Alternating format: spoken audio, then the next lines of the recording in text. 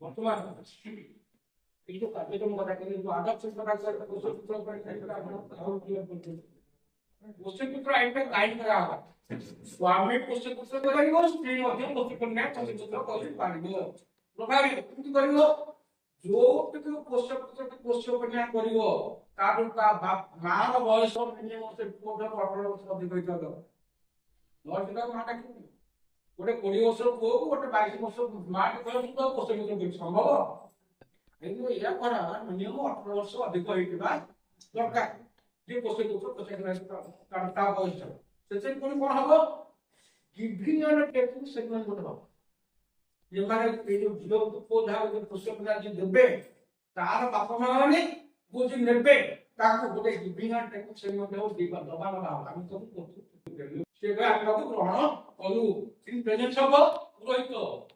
তাଙ୍କର କୁଳ ପୁରୋହିତ ଯିଏ ଥିବେ ଥିବେ କରି ମନ୍ତ୍ର ଉଚ୍ଚାରଣ କରି